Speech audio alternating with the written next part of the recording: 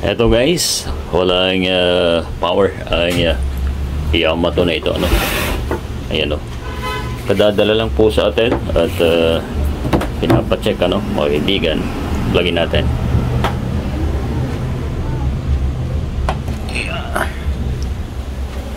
So mapapansin po natin, ano, no power. Ayun, maayong buntag sa mga kaibigan po natin dyan sa Kabisayan, ano, mga kaibigan. At syempre, isang mapagpalang hapon sa ating lahat. Magandang araw po dyan sa mga nasa iba yung dagat, ano, mga kaibigan. Isang Yamato welding machine, ano, mga kabalita. At ito ay inverter na po, ano, mga kaibigan. Hindi po mapapansin, nakaplugin na po tayo pero wala po siyang power. Ayan, hindi pa natin yun na-open, ano, mga kaibigan, na nais kong i-video kasi sabi daw may display. Wala naman po, naka-on na po yan. Ayan, ayan yung switch, oh. Ayan,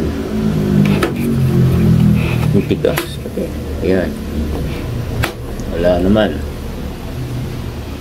So yan ang nais kong i-share sa inyo, mga kaibigan, ano. Alright, muli, samahan niyo po ang iyong lingkod.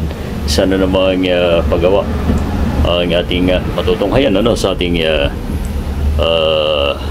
channel, mga kaibigan. Ito na, open natin. Ulahin natin dito sa likod kung saan nagmumula ang ating wiring. Ano guys,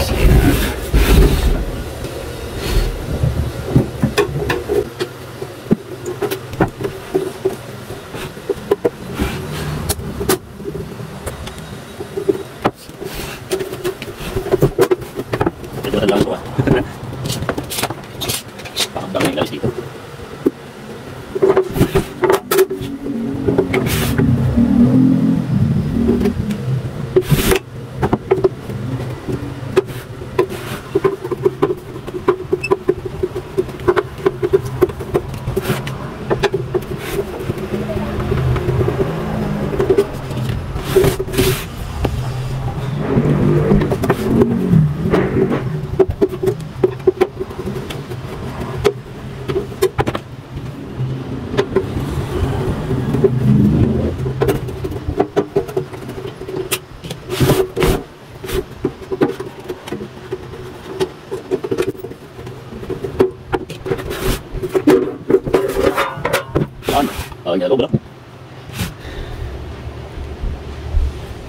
Check natin kung may pumutok dito.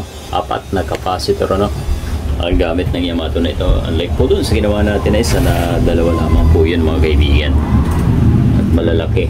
Ayan. So ano ang una nating dapat i-check, ano, mga kaibigan? Ito ang switch, o ang tigas. Isa rin po, mga kaibigan, no? Halos hindi mapindot.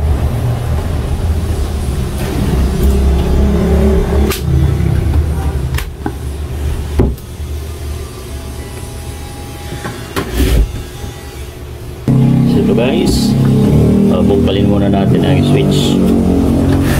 Pagka nagdududa po tayo sa isang bagay, kailangan na double check natin. Ayan.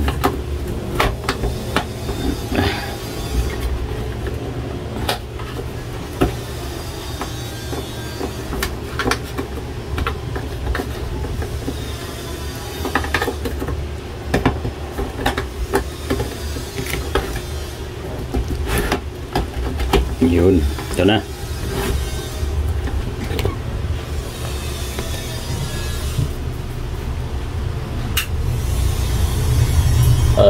Gawin natin, i-continuity natin muna ang switch. Sa napakatigas talaga. Alright, times 1. Ayan na.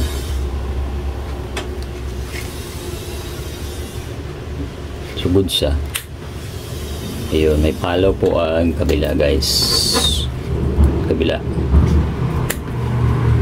Yun. Ibig sabihin ay good, ano, mga kaibigan.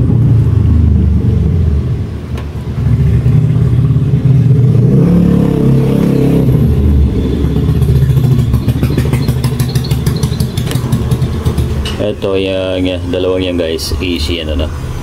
Check natin ang AC. para sigurado tayo. Lagyan natin, then check ang easy. Ayan na. Ay, naka-easy po tayo na. Meron. Ibig sabihin, wala dito ang problema sa ating AC switch, ano mga kaibigan. Proceed tayo. Ganyan lang step by step na pagbanat, ano mga kaibigan, pang makuha ang problema. Ayan. May sprayhan na lang natin ng WD-40 yan mga kaibigan. So natin yung pagpasok ko ng AC dito sa ating main capacitor. Ayan.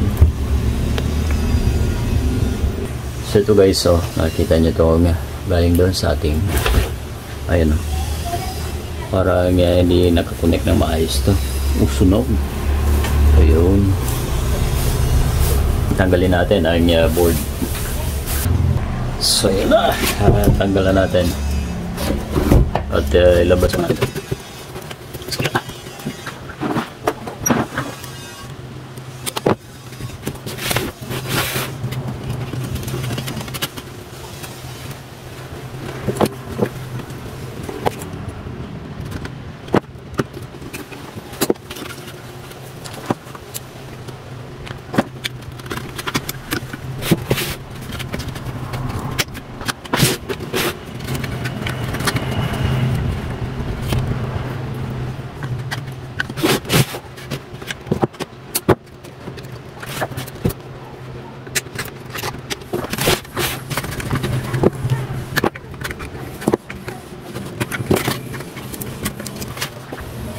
So ito na guys, tanggal na natin, alisin muna natin likbok.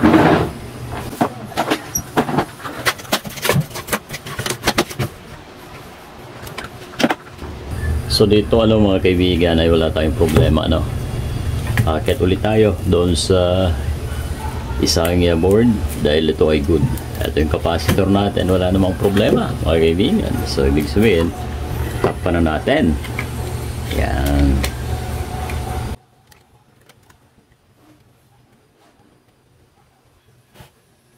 Yan, ibalik na natin ang isang board. Then proceed sa ibang problema mga kaibigan. Ayan. Sira. So ayan guys, nakita na natin ang salarin, ayan, sunog ang MOSFET natin, ayan, alright. Ayan ang ating carbono. Grabe. So maaring ito, lahat ito ay sira na mga kaibigan, kaya walang power. Gawin natin, ihang, tanggalin muna natin ito. Ayan, tutong ang MOSFET mga kaibigan, ayun. So guys, ang problema, kumalas na po pala yung isang MOSFET natin. Ayan, yung dalawang pins ay hindi na nakakabit dahil nasunog na po mga kaibigan. So yun ang possible reason bakit ayaw mag-power ang ating unit. Mga shorted pa yan, at hanapin po natin mga kabalita, and then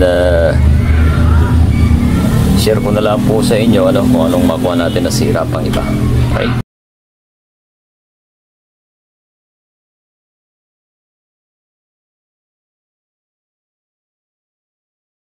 At ito na nga mga kaibigan, medyo malala po ang problema ng isa na to, mga kabalita. Ayan, papalitan po sana natin yung dalawang piraso, pero pag check natin sa kabila, nabali apat din ang MOSFET, mga kaibigan, ay lahat po ay sira din mga kaibigan. So wala, pagka ganito ang sistema, mga kaibigan, ay kinakausap po muna natin ang may-ari, dahil medyo malaki po ang magagastos, mga kaibigan.